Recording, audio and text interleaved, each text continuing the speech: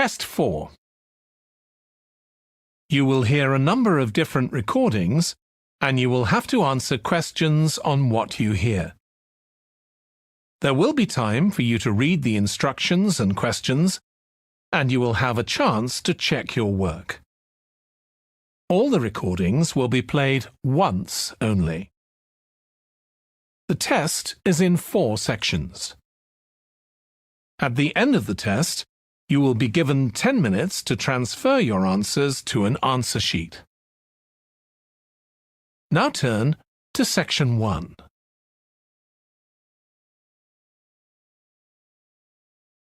Section 1.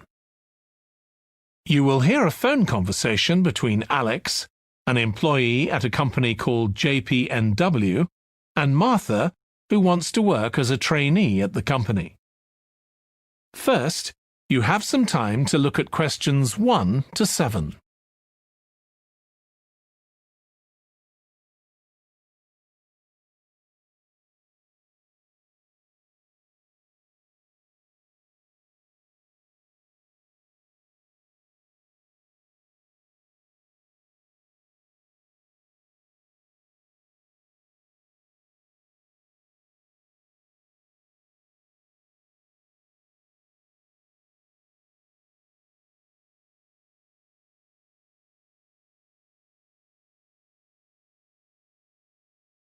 You will see that there is an example that has been done for you. On this occasion only, the conversation relating to this will be played first. Hi, Alex. It's Martha Kleins here. James White gave me your number. I hope you don't mind me calling you. Of course not. How are you, Martha? Good, thanks. I'm ringing because I need a bit of advice. Oh yeah, what about? The training you did at JPNW a few years ago, I'm applying for the same thing. Oh right, yes, I did mine in 2014. Best thing I ever did, I'm still working there. Alex did his training in 2014, so 2014 has been written in the space. Now we shall begin. You should answer the questions as you listen, because you will not hear the recording a second time. Listen carefully and answer questions 1 to 7. Hi, Alex. It's Martha Kleins here. James White gave me your number. I hope you don't mind me calling you. Of course not. How are you, Martha? Good, thanks. I'm ringing because I need a bit of advice. Oh yeah, what about? The training you did at JPNW a few years ago, I'm applying for the same thing. Oh right, yes, I did mine in 2014. Best thing I ever did, I'm still working there. Really? What are you doing? Well, now I work in the customer services department, but I did my initial training in finance. I stayed there for the first 2 years and then moved to where I am now. That's the same department I'm applying for. Did you enjoy it? I was pretty nervous to begin with. I didn't do well in my exams at school, and I was really worried because I failed maths. But it didn't actually matter because I did lots of courses on the job. Did you get a diploma at the end of your trainee period? I'm hoping to do the one in business skills. Yes, that sounds good. I took the one on IT skills, but I wish I'd done that one instead. OK, that's good to know. What about the other trainees? How did you get on with them?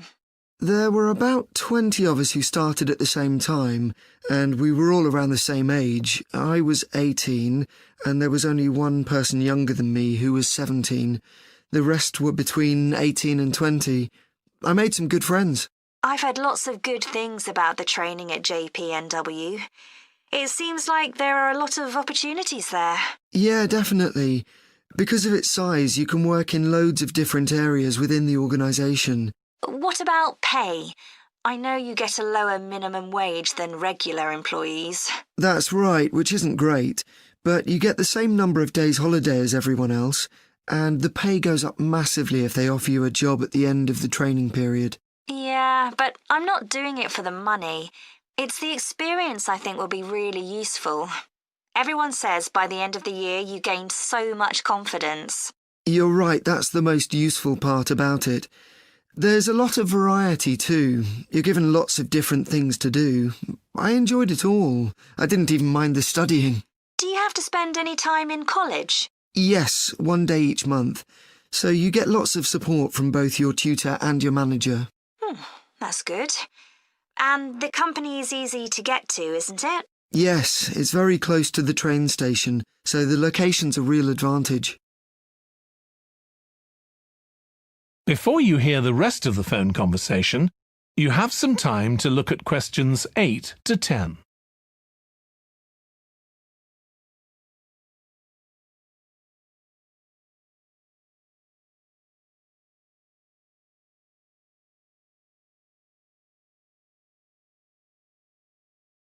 Now listen and answer questions 8 to 10. Have you got a date for your interview yet? Yes, it's on the 23rd of this month. So long as you're well prepared, there's nothing to worry about. Everyone's very friendly. I am not sure what I should wear. What do you think? Nothing too casual, like jeans, for example. If you've got a nice jacket, wear that with a skirt or trousers. OK, thanks. Any other tips? Well, I know it's really obvious, but arrive in plenty of time. They hate people who are late. So make sure you know exactly where you have to get to. And one other useful piece of advice my manager told me before I had the interview for this job is to smile, even if you feel terrified. It makes people respond better to you. I'll have to practice doing that in the mirror. Yeah, well, good luck. Let me know if you need any more information. Thanks very much. That is the end of section 1. You now have half a minute to check your answers.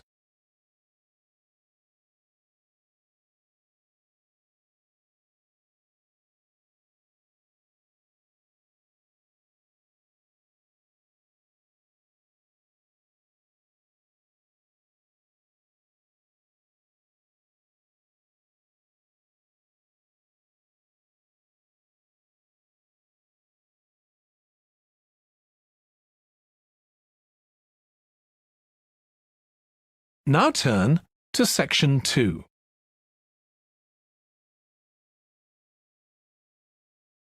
Section 2. You will hear a woman called Annie, who works at the Snow Centre in New Zealand, welcoming a group of visitors to the centre. First, you have some time to look at questions 11 to 16.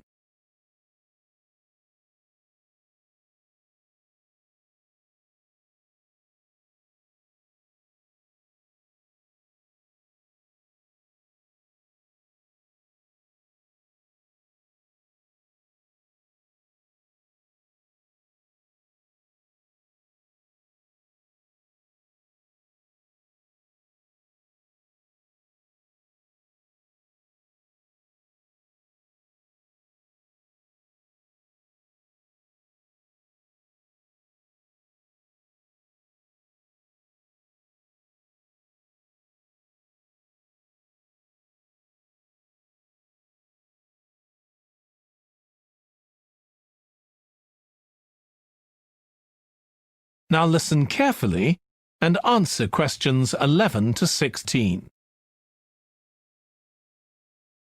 Hi everyone, welcome to the Snow Centre. My name's Annie.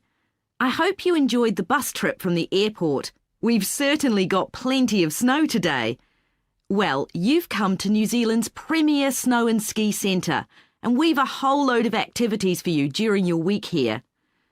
Most visitors come here for the cross-country skiing, where you're on fairly flat ground for most of the time, rather than going down steep mountainsides.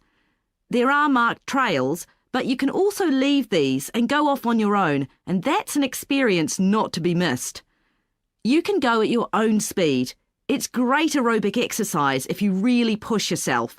Or, if you prefer, you can just glide gently along and enjoy the beautiful scenery.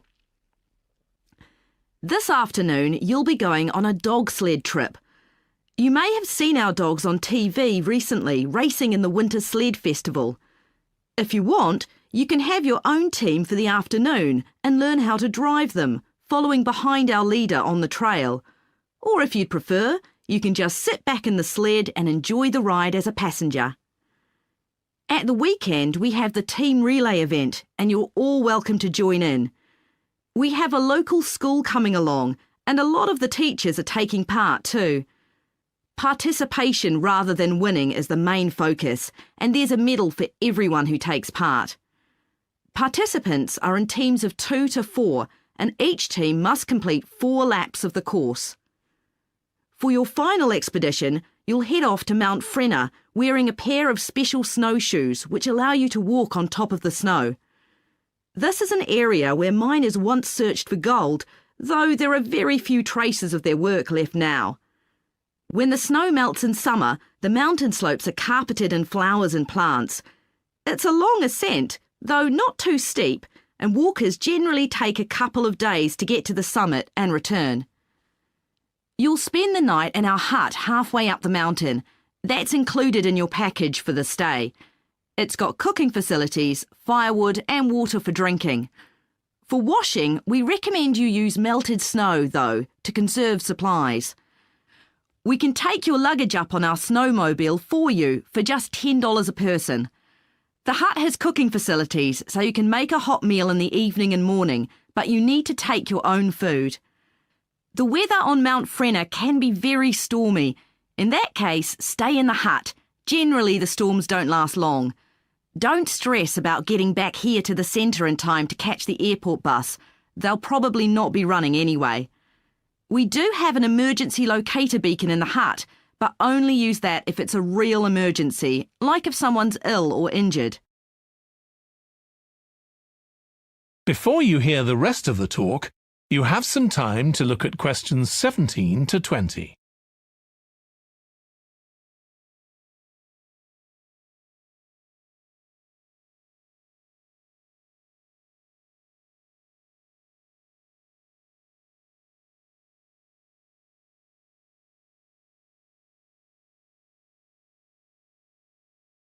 Now listen and answer questions 17 to 20.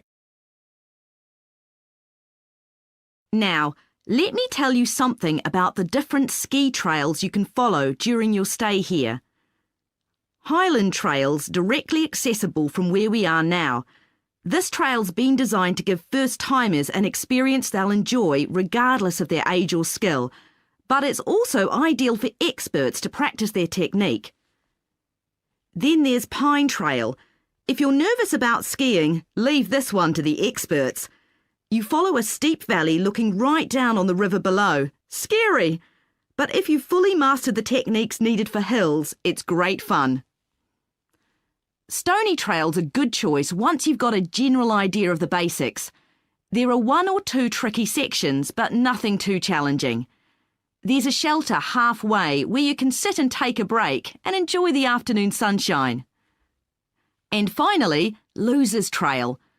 This starts off following a gentle river valley, but the last part is quite exposed, so the snow conditions can be challenging.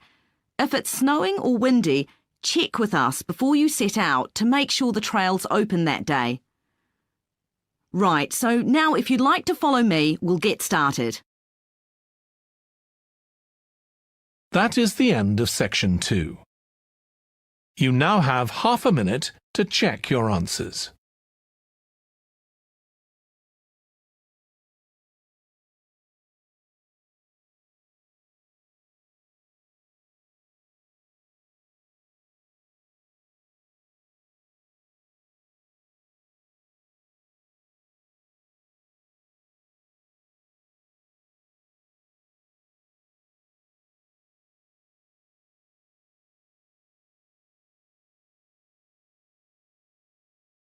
Now turn to section 3.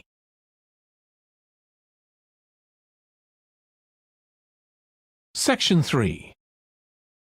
You will hear 2 students called Jack and Alice discussing food labels that give information on the nutritional value of foods. First, You have some time to look at questions 21 to 26.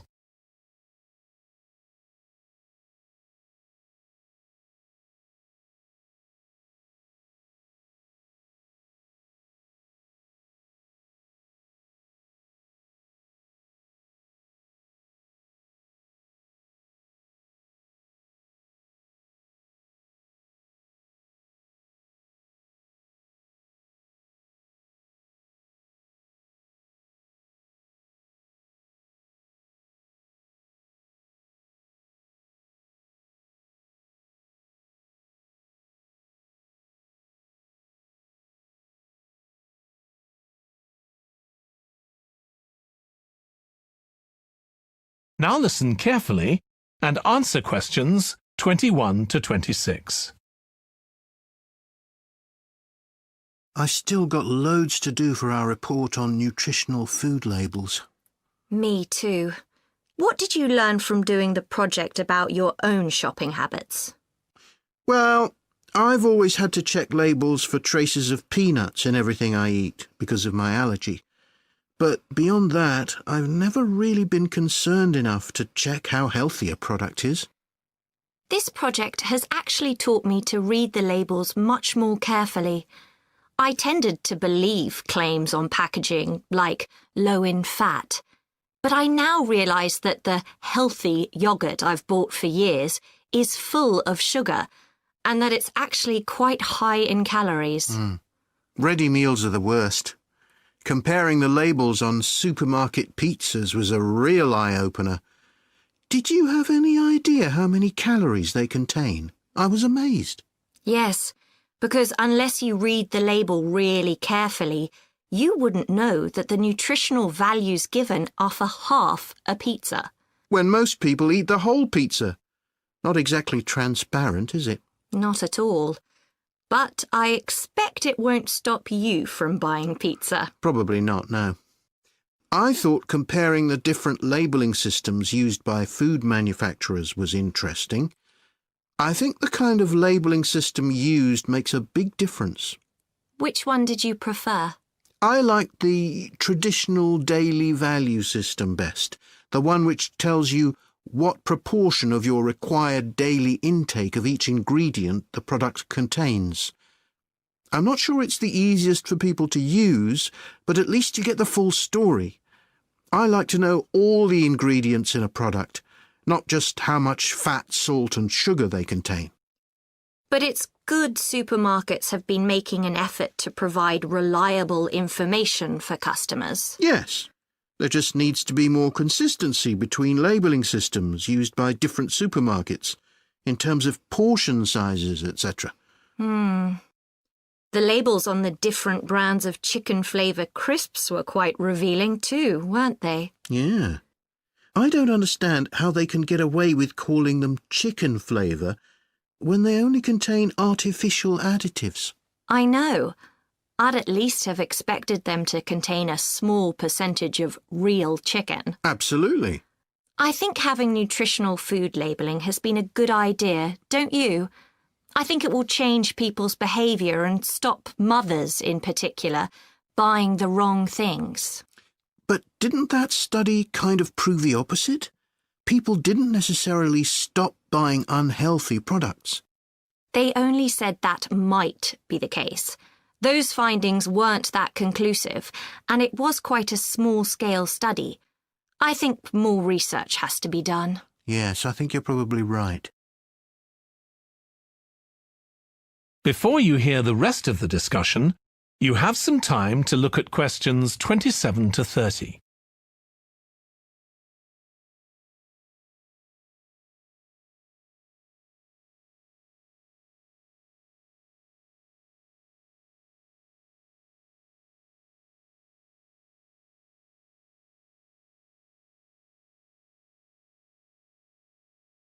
Now listen and answer questions 27 to 30. What do you think of the traffic light system? I think supermarkets like the idea of having a colour-coded system, red, orange or green, for levels of fat, sugar and salt in a product. But it's not been adopted universally. And not on all products. Why do you suppose that is? Pressure from the food manufacturers. Hardly surprising that some of them are opposed to flagging up how unhealthy their products are. I'd have thought it would have been compulsory. It seems ridiculous it isn't. I know. And what I couldn't get over is the fact that it was brought in without enough consultation. A lot of experts had deep reservations about it. That is a bit weird. I suppose there's an argument for doing the research now when consumers are familiar with this system. Yeah, maybe. The participants in the survey were quite positive about the traffic light system. But I don't think they targeted the right people. They should have focused on people with low literacy levels, because these labels are designed to be accessible to them. Yeah. But it's good to get feedback from all socio-economic groups, and there wasn't much variation in their responses. No. But if they hadn't interviewed participants face-to-face, they could have used a much bigger sample size. I wonder why they chose that method. Dunno. How were they selected? Did they volunteer or were they approached? I think they volunteered. The thing that wasn't stated was how often they bought packaged food. All we know is how frequently they used the supermarket. That is the end of section 3. You now have half a minute to check your answers.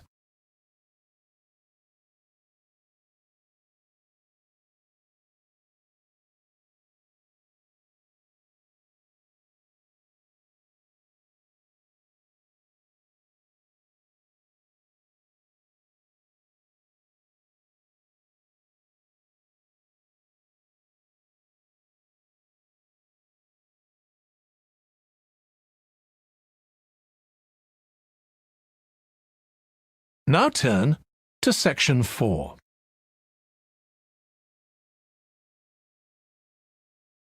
Section 4. You will hear part of a presentation by a history student about the history of coffee. First, you have some time to look at questions 31 to 40.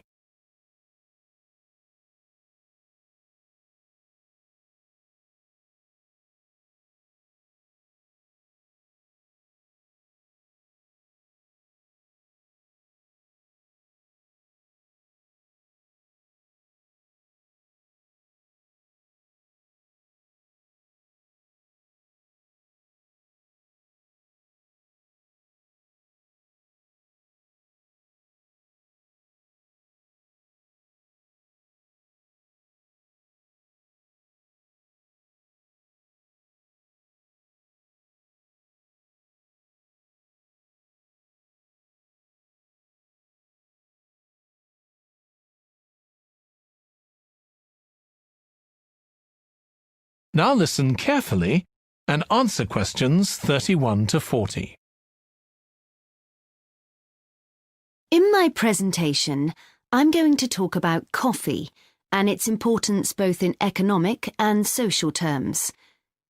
We think it was first drunk in the Arab world, but there's hardly any documentary evidence of it before the 1500s, although of course that doesn't mean that people didn't know about it before then.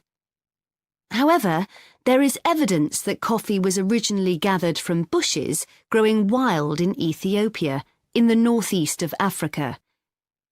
In the early 16th century, it was being bought by traders, and gradually its use as a drink spread throughout the Middle East. It's also known that in 1522, in the Turkish city of Constantinople, which was the centre of the Ottoman Empire, the court physician approved its use as a medicine.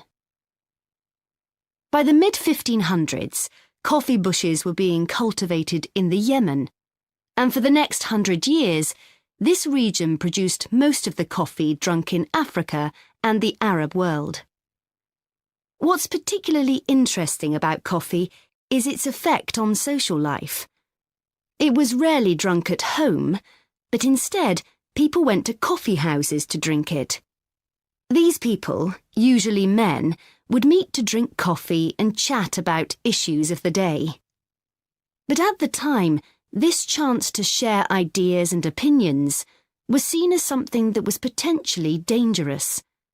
And in 1623, the ruler of Constantinople demanded the destruction of all the coffee houses in the city, although after his death, many new ones opened and coffee consumption continued.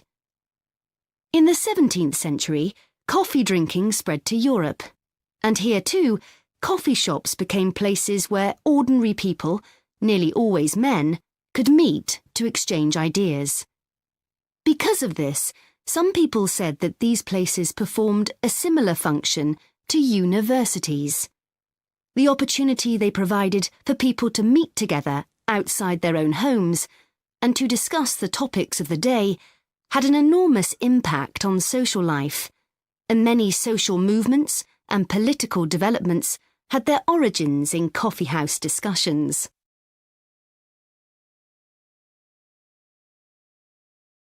In the late 1600s, the Yemeni monopoly on coffee production broke down, and coffee production started to spread around the world, helped by European colonization. Europeans set up coffee plantations in Indonesia and the Caribbean, and production of coffee in the colonies skyrocketed. Different types of coffee were produced in different areas, and it's interesting that the names given to these different types, like Mocha or Java coffee, were often taken from the port they were shipped to Europe from. But if you look at the labour system in the different colonies, there were some significant differences.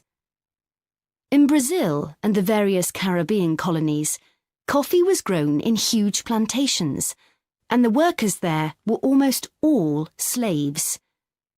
But this wasn't the same in all colonies. For example, in Java, which had been colonised by the Dutch, the peasants grew coffee and passed a proportion of this on to the Dutch, so it was used as a means of taxation. But whatever system was used, under the European powers of the 18th century, coffee production was very closely linked to colonisation. Coffee was grown in ever-increasing quantities to satisfy the growing demand from Europe, and it became nearly as important as sugar production, which was grown under very similar conditions. However, coffee prices were not yet low enough for people to drink it regularly at home, so most coffee consumption still took place in public coffee houses, and it still remained something of a luxury item. In Britain, however, a new drink was introduced from China and started to become popular, gradually taking over from coffee, although at first it was so expensive that only the upper classes could afford it. This was tea, and by the late 1700s it was being widely drunk. However, when the USA gained independence from Britain in 1776, they identified this drink with Britain, and coffee remained the preferred drink in the USA, as it still is today. So, by the early 19th century, coffee was already being widely produced and consumed.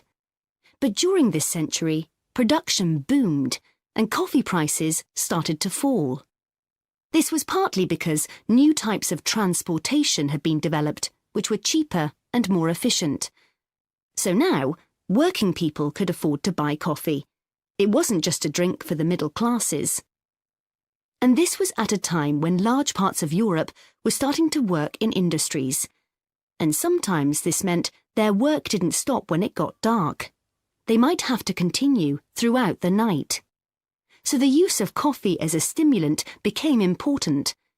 It wasn't just a drink people drank in the morning for breakfast. There were also changes in cultivation. That is the end of section 4. You now have half a minute to check your answers.